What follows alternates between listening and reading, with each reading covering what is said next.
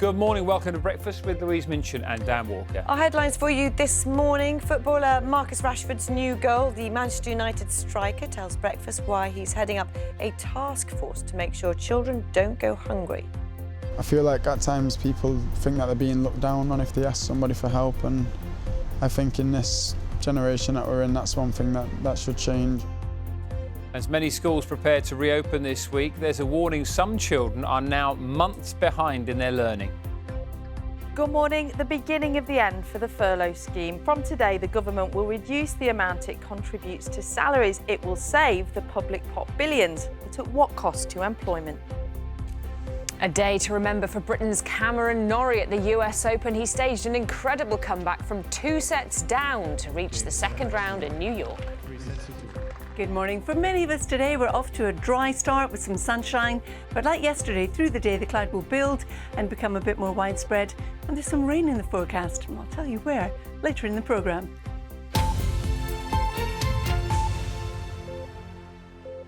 Good morning to you. It's Tuesday, the 1st of September. Our main story for you. The footballer Marcus Rashford has formed a task force to tackle child food poverty in the UK. He's joining forces with major charities and supermarkets to call for more government funding. This comes just 3 months after his campaign led the government to change its mind over stopping free school meals during the summer holidays during lockdown. He's been speaking exclusively to Sally. Go on, get it. Oh! For the footballer Marcus Rashford, this is a deeply personal project. I'm a single parent. Yeah. It just helped him so much with getting food for himself for the 6 weeks. Oh, no, it's thank you. No problem. I think just to see the smiles on their faces and to see how much it has helped them made me, happy to see that actually with my own eyes. It's a stigma because they look at it as, oh, well, who goes to a food bank? Who goes to these places? They look down on it, but when you speaking about it and say you've been through it, that's giving another family confidence. Say, okay, he's been through it, and it's only a situation, and we can pass it, and I can ask for that help.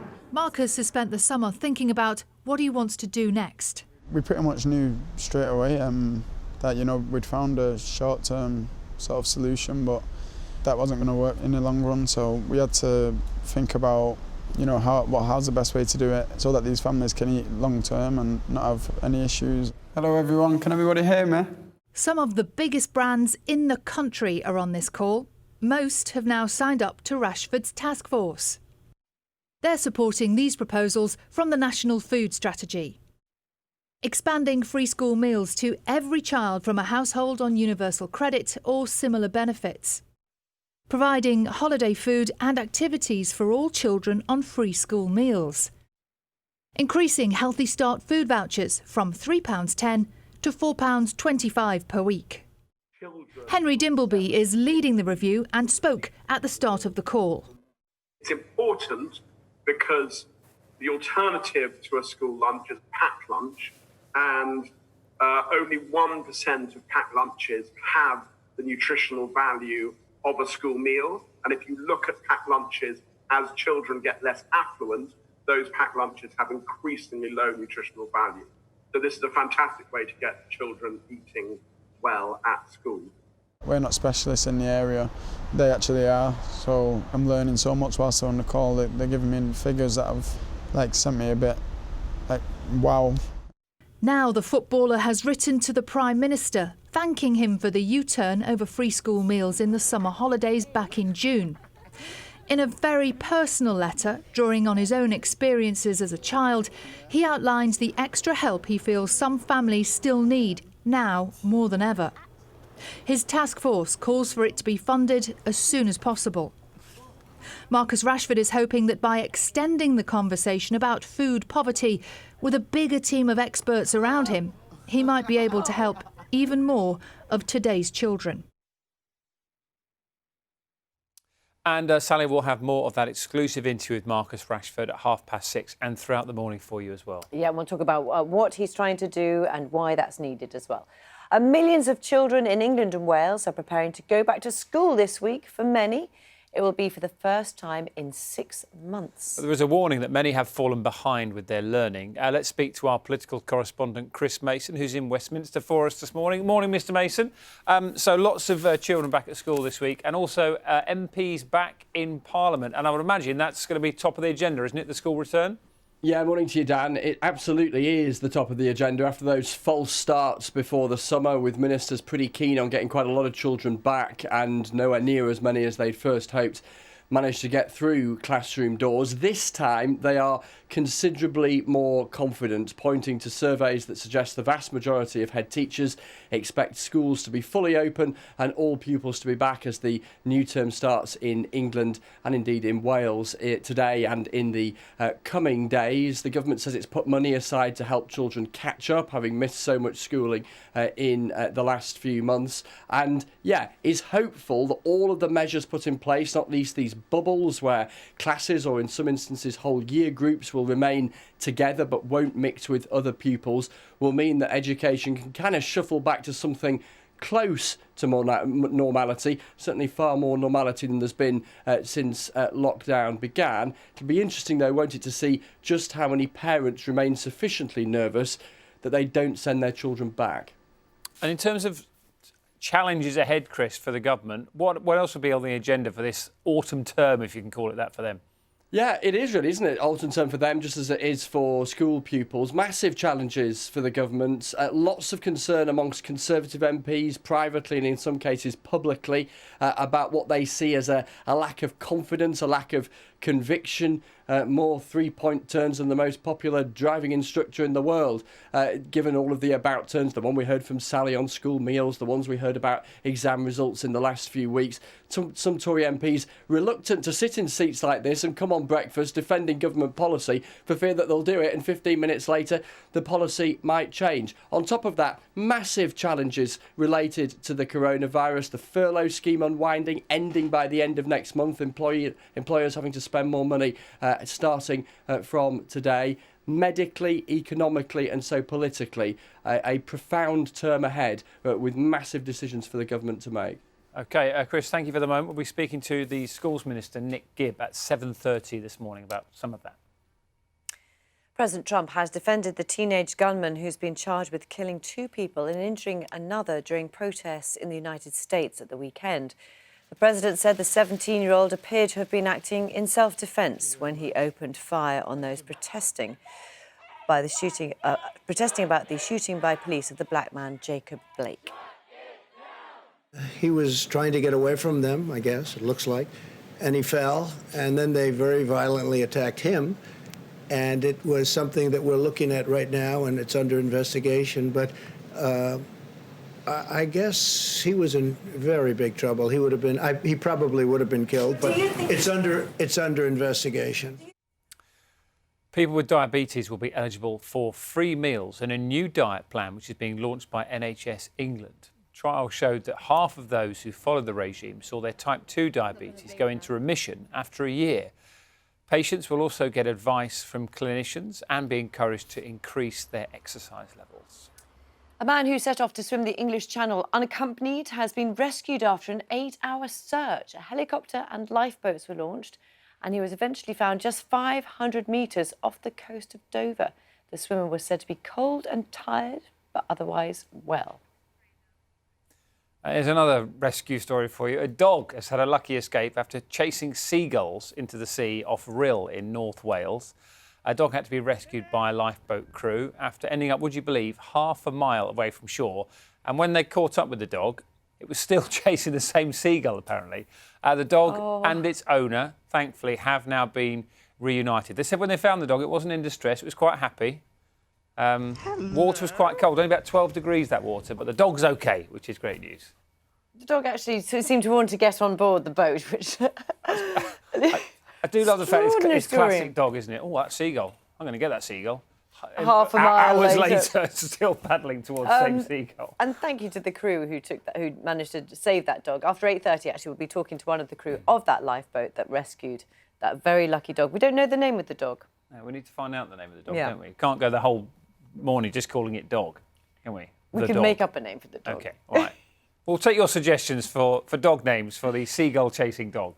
From today, the government is cutting the amount it pays to workers who are being kept on the furlough scheme by their bosses. Nina is looking at this one, what it means for everyone. Morning. Yes, I am. A very good morning to you. That's right, a really significant moment for the millions of jobs which the government has effectively been keeping alive. Now, you'll remember at the beginning of the pandemic, the Chancellor offered to pay 80% of the wages of jobs affected by the crisis. The job retention scheme, or furloughing as it became known, was designed to keep the economy alive.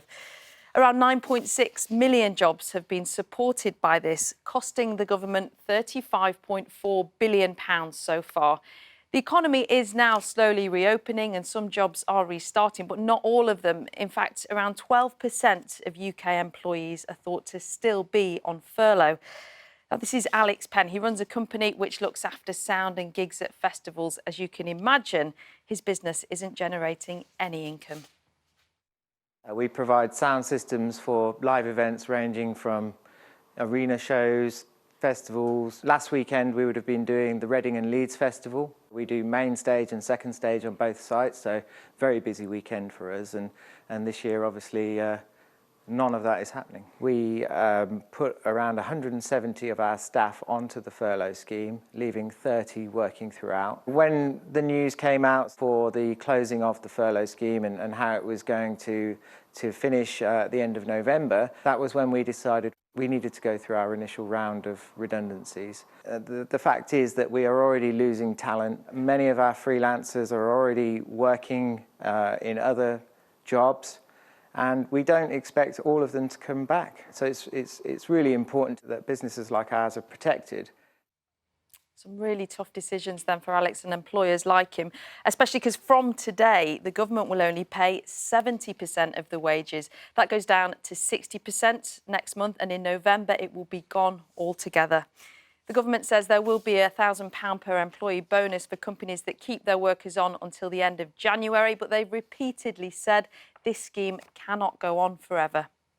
What does it mean for workers then? Let's speak with Frances O'Grady, General Secretary of the Trade Union Congress. Morning, Frances. Good to see you.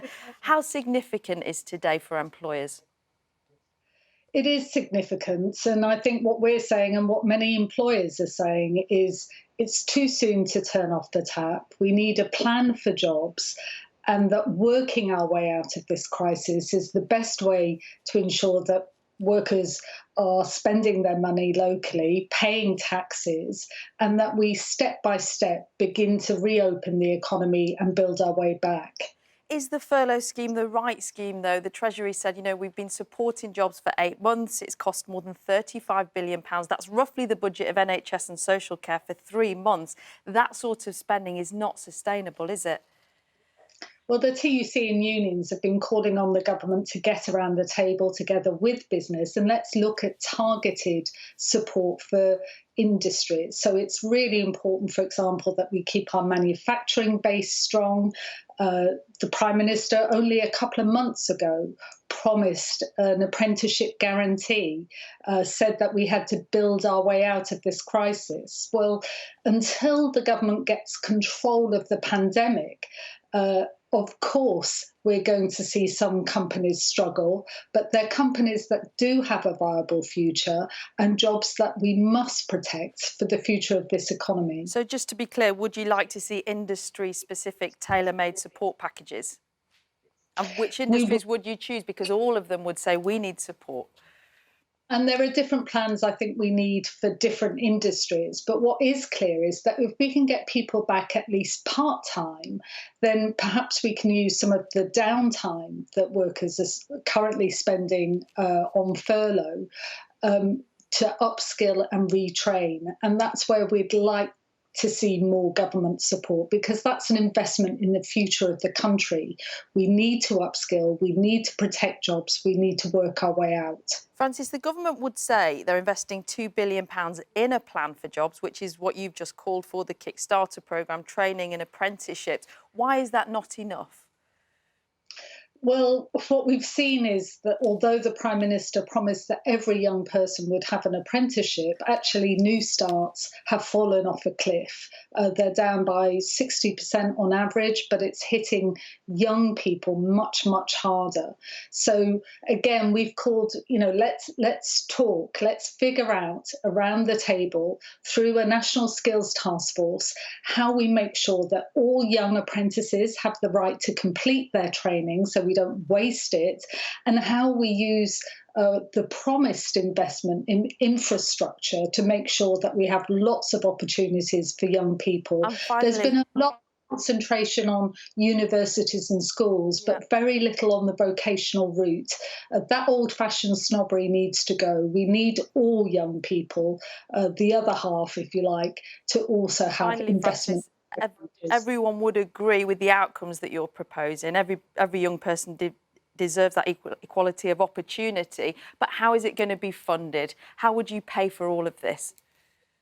I think the truth is we can't afford not to. The misery of mass unemployment is not a price worth paying. We saw what happened in the 1980s. We saw that wasted human potential. This is ultimately a health crisis. The government needs to sort out test and trace. It needs to sort out practical issues like childcare so that people can get back to work, and of course a safe transport system. But in the meantime, we've got to keep as much of the economy as possible protected and jobs protected too. OK, Frances O'Grady, General Secretary of the Trade Union Congress, many thanks. Just underlining there that actually the furlough scheme starts wrapping up today. This is just the beginning of the crisis for many companies. It really is, isn't it, Nina? So much for them to work out. Thank you.